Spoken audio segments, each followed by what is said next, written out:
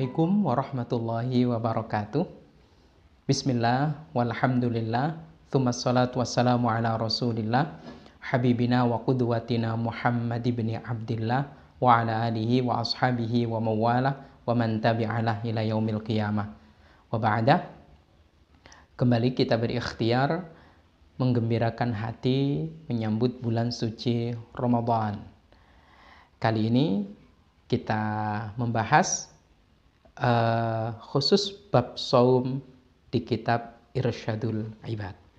Hadis pertama, An Abdurrahman bin Auf, diceritakan dari sahabat Abdurrahman bin Auf radhiyallahu anhu, semoga Allah meridhoinya. Qala, ia berkata, qala Rasulullah sallallahu alaihi wasallam, Rasulullah sallallahu alaihi wasallam bersabda, syahrul ramadhana, bulan Ramadan itu, syahrun adalah bulan, kataballahu alaikum, di mana Allah mewajibkan atas kalian siyamahu, untuk berpuasa. Wasanantu, dan aku tuntunkan lakum, untuk kalian, qiyamahu, untuk sholat malam.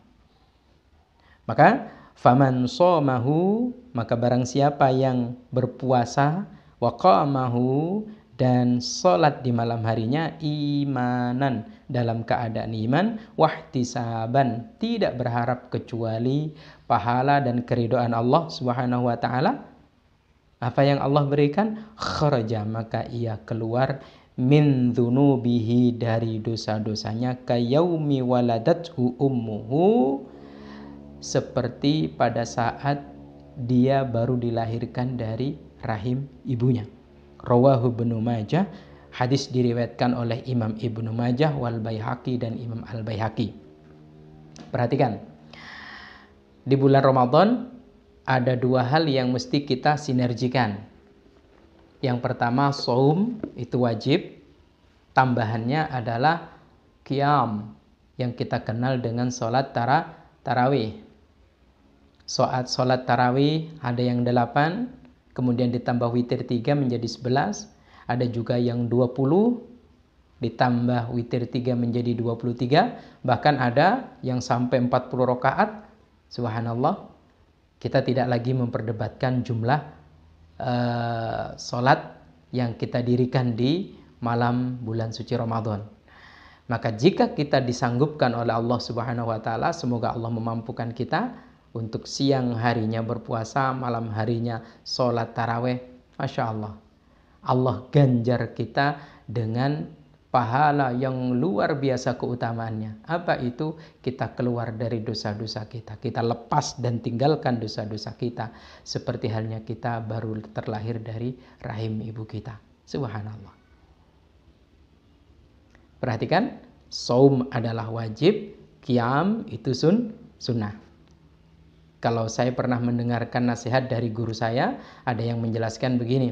Guru saya, salah satu kiai saya, menjelaskan bahwasanya puasa itu ibarat celana, taraweh itu ibarat ikat pinggang. Maka barang siapa yang puasa di siang hari, malam harinya taraweh, ibaratnya dia mengenakan celana plus ikat pinggang, nyaman digunakan, tidak melorot, dan benar-benar seken, kata orang Jawa. Masih mending dikit jika ada orang saum siang hari, malam harinya payah tidur, tidak sholat tarawih. Mending seperti orang pakai celana, meski tidak pakai ikat pinggang, dia masih tertutup auratnya, kemaluannya masih tertutup, namun terkadang melorot. Nah, yang fatal adalah ada orang siang hari tidak puasa, tapi malam harinya dia tarawih, rajin sekali tarawih, tapi siang tidak puasa. Ya, itu ibaratnya orang yang tidak pakai celana, hanya pakai ikat pinggang. Lucu jadinya. Nah, kembali lagi, bahwasanya inti dari Ramadan itu yang harus benar-benar kita tegakkan, saum di siang hari dan malam harinya untuk qiyamul lail. Nah, keluar dari dosa-dosa. Subhanallah. Apakah dosa yang timbul karena kita meninggalkan kewajiban, ataukah dosa yang timbul karena kita menolak perintah, ataukah kita mengerjakan larangan? Dua-duanya adalah dosa. Kalau kita meninggalkan perintah, berarti dosa kita seperti dosanya iblis ketika diperintah oleh Allah agar memberikan sujud penghormatan namun menolak. Kalau kita menerjang larangan Allah yang kita kerjakan, berarti dosa kita seperti dosanya Nabi Adam. Wala taqrabu hadhihi syajarah, malah makan.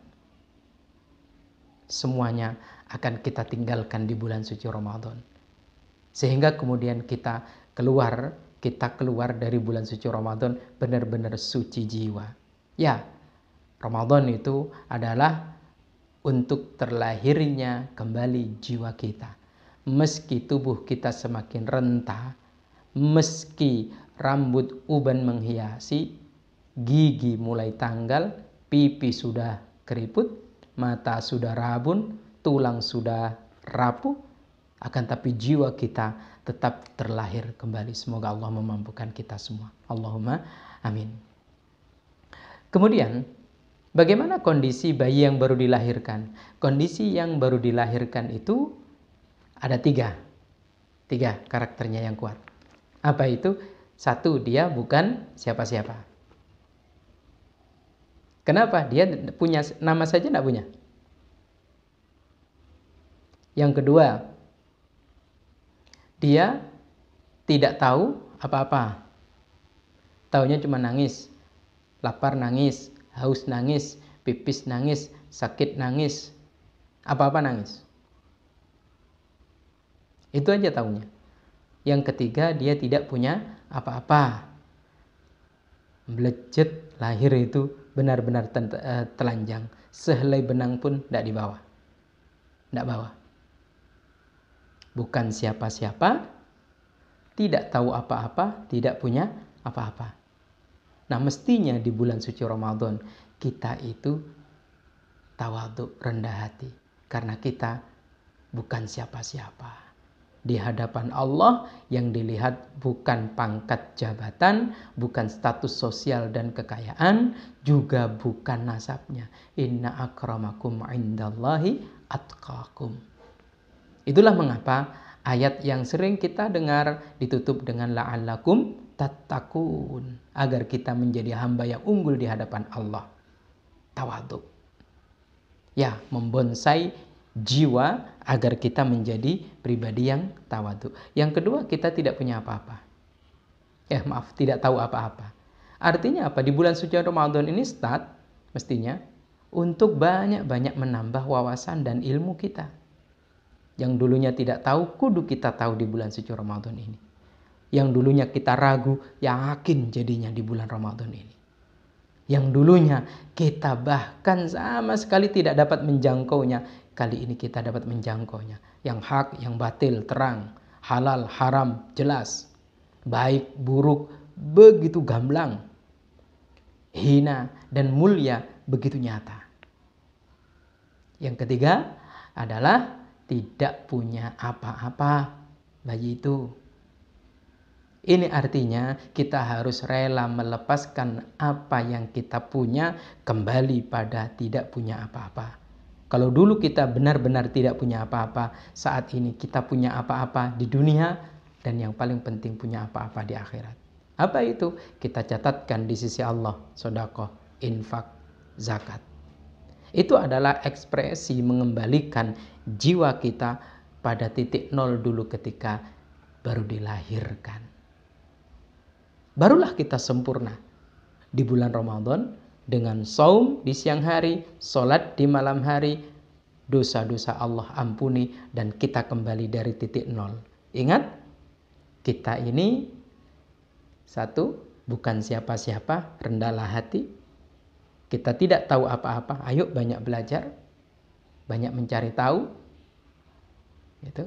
Yang ketiga, kita tidak punya apa-apa. Banyak sedekah, banyak infak, wakaf, hibah, dan seterusnya. Semoga Allah memampukan kita semua bulan Ramadan ini tuntas, berkualitas, dan jauh lebih berkualitas dibandingkan tahun sebelumnya. Allahumma amin. Wallahu a'lam bishawab. Assalamualaikum warahmatullahi wabarakatuh.